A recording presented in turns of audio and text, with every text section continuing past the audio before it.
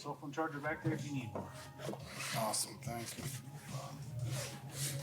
You want to see the Sox play today? Nah. Are you a Cubs fan? Not in particular. I don't follow sports like that. Oh, that's so funny. I don't either. I had a guy get in and I was like, dude, I'm a comedian. I'm a musician. I don't know sports, man. Yeah. What instrument do you play? So I am a percussionist. Like I love playing guitar, but I grew up playing guitar, but I love playing drums. Oh, okay. Yeah. What sort of genre of music do you do? So I love like classical guitar, and then for drums, it's heavy metal and jazz because those are just like the fastest, craziest ones. So Classical guitar. What does that sound like? like flamenco style, you know, the Oh, okay.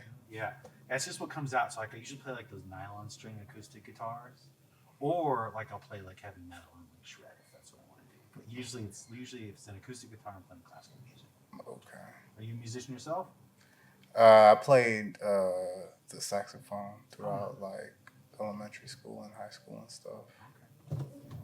Do you enjoy it? Is that still something you do for fun? No, not in particular. I recently picked up a flute though, so I'm trying to get back into playing more often. Sure. So, And you like the wind instruments? yeah. Like at one point, I was trying to learn how to play the trombone, Okay. and then I've been thinking about trying to grab a guitar Sure. or like a violin or something. Yeah.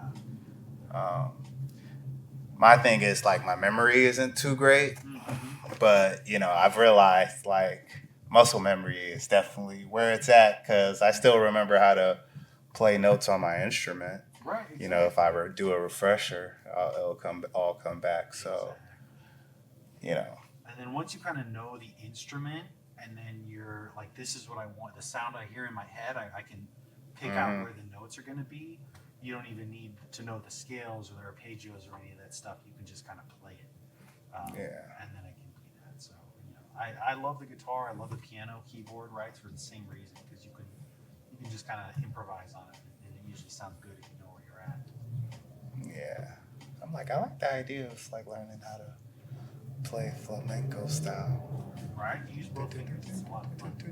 I used to be the type of guy that would like curl my nails out on one finger, say I'm a guitar pick. Right? Oh, okay, yeah. But now I keep it. Okay, cool. Well, it's fun. It's people can be impressed by it, and it sounds nice. And like I said, if you get an acoustic guitar, you can play it anywhere in your house, and if you're watching TV, you're just kind of your fingers are going, and it's not too loud. I know like trumpet, saxophone are kind of louder instruments. Oh, yeah. So it's tricky. I mean, I'm a drummer, so I know all about making my neighbors mad. So I try to play stuff that doesn't bother me. Are there any other percussion instruments that you like? It's really only drums. I'm trying to think. A xylophone is fun. My kid likes xylophone. Like you can make notes with it, and it is kind of fun, especially if you get like a real proper xylophone with real hammers, like a kid's one. They're a lot of fun, but it's not the same as a tempo. I like the tempo. Yeah. That I really just enjoy the movement of it because, like, I'm the type of person. If I'm listening to music, I'm usually like going on beat. And I'm just like tapping my foot to exactly that. Like, so I've always had that personality type. So it just fits for me. Yeah, I get that. And then you said you like to do. You're a comedian. So is it like you do stand up? I do stand up, and then I also like it's not going now, but I have a show where I interview people while I drive around, so getting in cars with strangers. And so this microphone, it's a new microphone, I'm just testing it out. And I just started. I took all of COVID off because I have a daughter. I didn't want her to get her sick with COVID, but she gave me COVID 4 times. So lovely. Yeah, so I'm like, all right, I'm just gonna get back at it. So I just started recording, just started kind of interviewing, testing out new equipment. And I'm going to start editing stuff out and putting it on YouTube. But it's honestly the thing I love. Like, I work in tech, that's what I do to pay the bills. But if I could just do this and converse with people all day, I honestly kind of really love it. That's cool. Are you part of a band? Not part of a band or anything like that out here. I gave away all of my. I had like a big acoustic drum set again. I had neighbors. I have a house with big townhomes, and so I gave away that. And I was going to get an electric kit, but like they're super expensive, and then there's just been all this stuff happening with money. So it's like, I got to wait a while, wait a while. Yeah. But once I get like $1,500, I'll get a decent electric drum set. Start playing again, but no, not part of any band or anything. I'm too old for friends. So Wow. You're never too old for friends. no, you're right. I know. I just tell myself that. But it's like when I was in high school, I was always in a band, always in bands with people. And that's like, it's just easy. You're all high school kids. You all hang out together. You all like the same music. So of course you're in a band. You make songs and you play, and that's how that goes. But now, like I'm in my 30s, like I don't even know where to meet somebody and sit and play. Yeah. Yeah, that's real. Right. Yeah, that's what happens when you have kids. Don't have kids, but once you have kids, like now all of my friends are gone, and you're just in this void. And then when it's over, when your kids start making friends that don't want to hang out with you, then you're like, I don't know what to do. I'm just Like, stuck being me. gonna have to start reaching out. Right. That's really it. That's all you can do. Yeah. Are you still in school, or did you finish? I graduated years ago. I guess. Yeah, I guess like almost like about 9 years What? now. Well, from college. College, yeah. What'd you study? I double majored in psychology and comparative race and ethnic studies. Ooh, that's cool. Okay. That's really interesting. I'm trying to think of a really good question. I'm trying to word what I'm wondering about that. Because obviously Chicago is a very racist and racial city by its structure, right? So having that psychology and the double major in race and culture, what have you observed about Chicago, about the people? Like how have you seen that play out here? Well, I did have to do like a senior thesis, and so I picked Hyde Park, Okay. and let's see, I picked Hyde Park. It was like 1950s. I did a study of like the newspaper, the neighborhood newspaper at the time, to see the sort of language that people use to describe the urban renewal Right. process and the actual programs that the federal government had. And so what's interesting is the University of Chicago spearheaded the like numero uno urban renewal like project in the United States, Wow. Okay. which I didn't realize. But the university played a huge role in that, and they essentially spearheaded it, right? Sure. So my focus was kind of looking at how examples of like whiteness propped up, right? Sure. So basically, a lot of my thesis ended up being like, it's not necessarily something that's in your face. It generally is going to arise in opposition to an other. And in the case of Hyde Park, it was like black people, right? So the interesting thing is, I also looked at like not the dichotomy. It's like I can't remember the word, but I compared two situations, right? So in the 20s, you had Europeans coming from Europe, Sure. a great migration coming to America. And so what ended up happening is they end up congregating in the cities and areas, Sure. Little Italy. became little slums and stuff like that, right? And so a lot of the language at the time took on a very medical tone, and they talked about, oh, this is like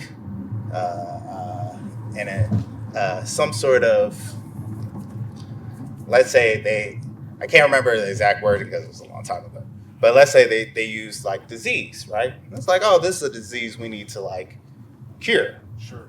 So we're going to provide resources, job programs, poverty programs, food programs, right?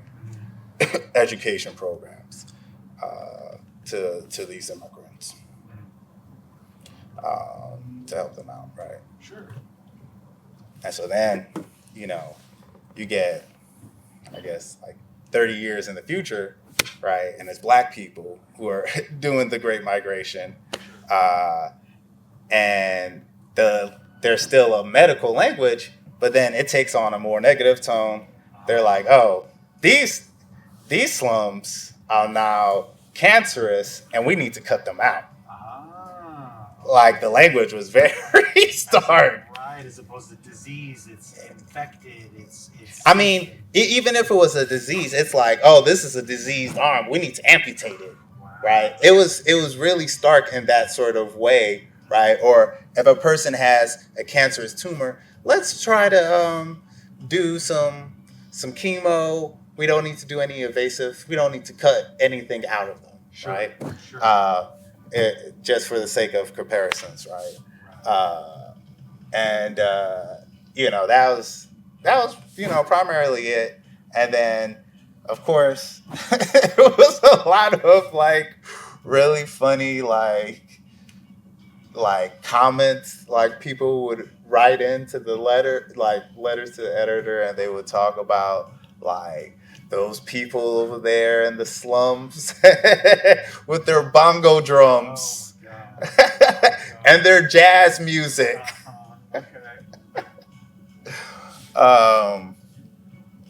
So yeah, it was, I feel like that was primarily it. And so you did like a meta-analysis of what type of verbiage and how the verbiage was being used for this culture. That's really interesting. Okay. Yeah.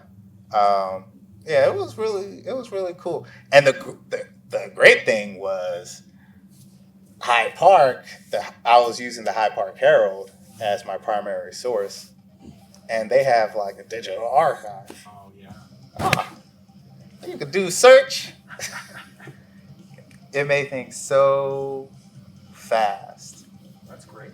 Yeah, but it was a cool little process, and I got to go around and do some presentations, present the research, and stuff like that. I would be very curious to see how that verbiage is now, after 40, 50 years later. Oh, woke. Oh, the anti-woke crusade. Oh man, it's really interesting because it's also kind of encapsulating like extreme white liberals, and there's like a sort of person. I feel like I know people who I feel like when I hear Tucker Carlson talk about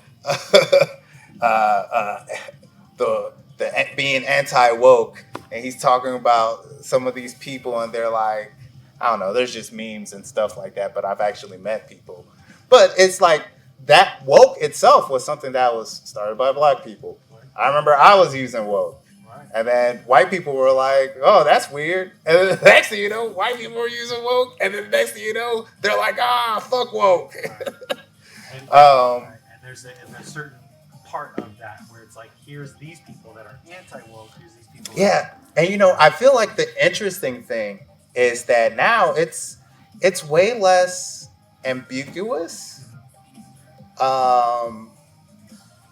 especially with media. Like Fox News, right? Like if I was to do something of today, I'd be looking at videos and, probably doing a focus like that. Sure, right? News articles, nobody's writing together. I mean, I guess the letters to the editors are always good because that was also kind of how I got a sense of the actual local community, because it was like a really specific thing. But if I was doing a wider thing, oh man, you look at how, it's like the dog whistles. It's really weird because it's like anti-woke or the woke stuff. CRT stuff. It's like, okay, come on, dude. Like, ain't nobody talking to no a little kid about white supremacy. Right. I mean, sure, there's some people who do that, but no one's like teaching that in school. You know what I'm saying? They are and they aren't, and I think they should be. I mean, like in my daughter, she's 9, and for Black History Month, of course, it was only the month, but they said there's a listed name of prominent Black figures, and she was talking about, well, like one of them. So where I live, they have Breonna Taylor, right? Say her name, right? She was like, "Who's that?" And I told her the story of Breonna Taylor. And then there was also Frederick Douglass, right? And I was like, Frederick Hampton, also like who was shot by Chicago police, killed by Chicago police, right? And then there was also like Martin Luther King Jr. And I'm like, do you know who killed Martin Luther King Jr.? Like, have you had that conversation yet? Like, how does that go? And it's like these are the people that serve and protect, but they are the ones that are also responsible for this murder of a prominent Black figure. And this is a conversation I have that we have to have, because it's not critical race theory, it's fact. This is what happened. Exactly. You know what I'm saying? It's like, so it's like really interesting how, it's kind of like really in your face. And then like, I feel the interesting sort of like, it's not even like a cool sort of like word trick, right? Where they're like twist of the tongue. Right. They're just literally like, oh yeah, no, we say this, and we also mean this, but we'll also say that we don't mean this. Right. And that's not what we're doing. For example, there was the two young men in Tennessee. Have you heard about that? Oh, the 3 gun protesters were only the 2 Black men were. Yeah. Down in the yeah. So I was listening to some audio, and one of the Republicans is like, "Yeah, people are calling me racist.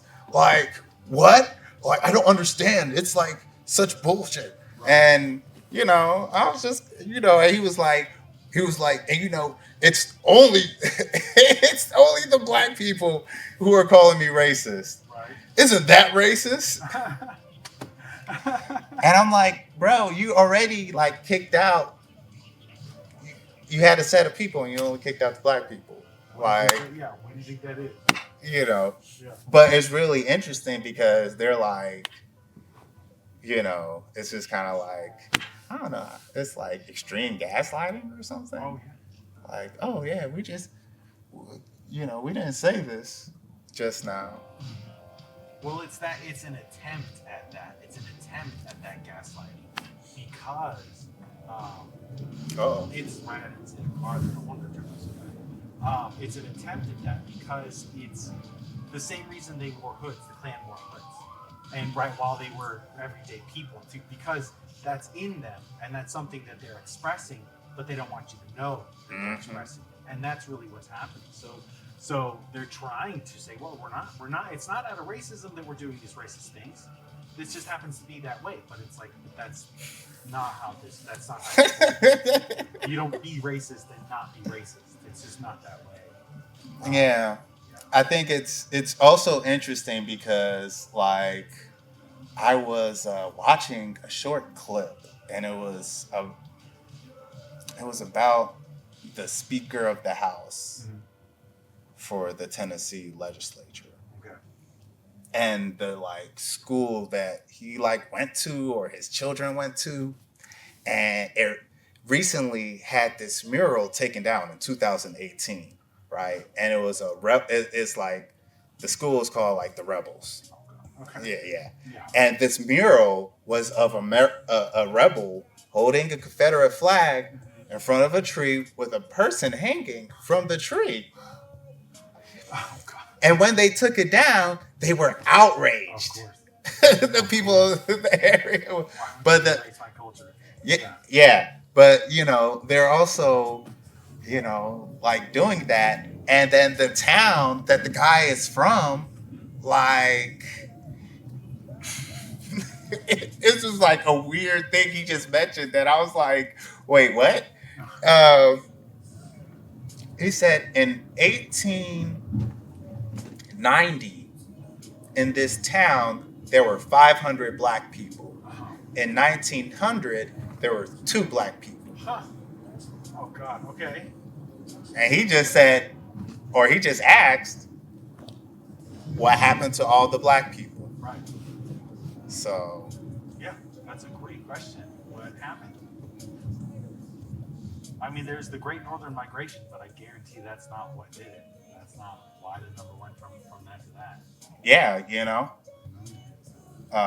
but it was in Tennessee. Tennessee at one point had tried to pass a law to just expel all the black people.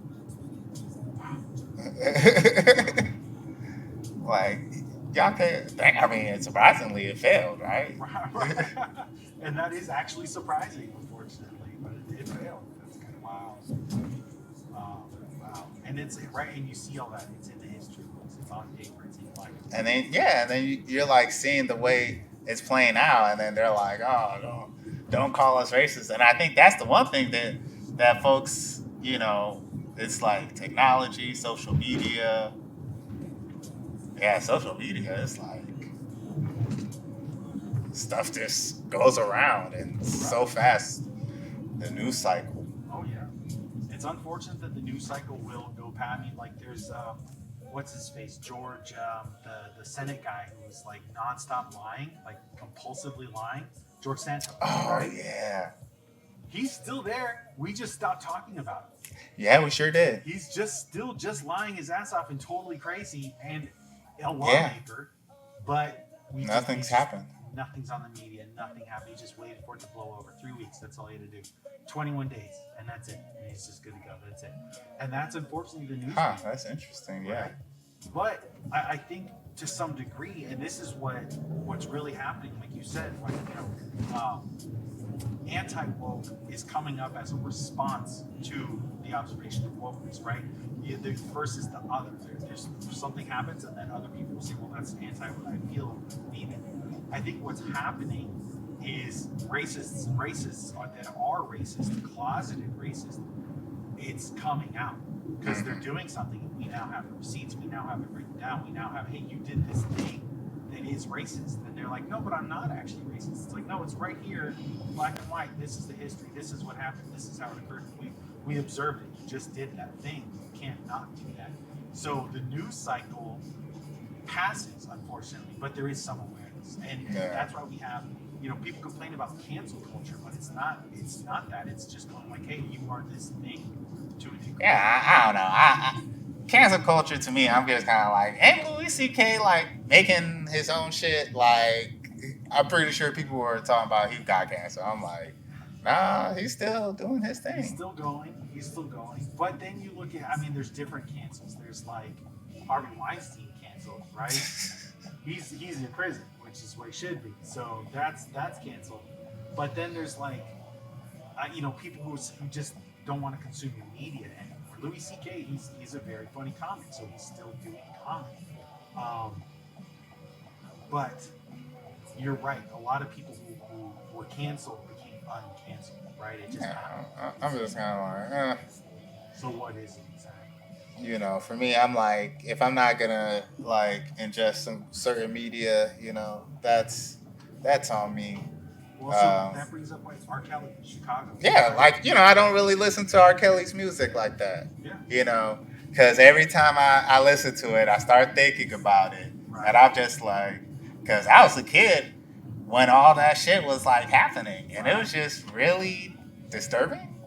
Yeah. For me, I was just like, yo, this is a grown ass man. That's a little girl. Like, Right, Aaliyah, right? Yeah. Yeah. yeah, I didn't.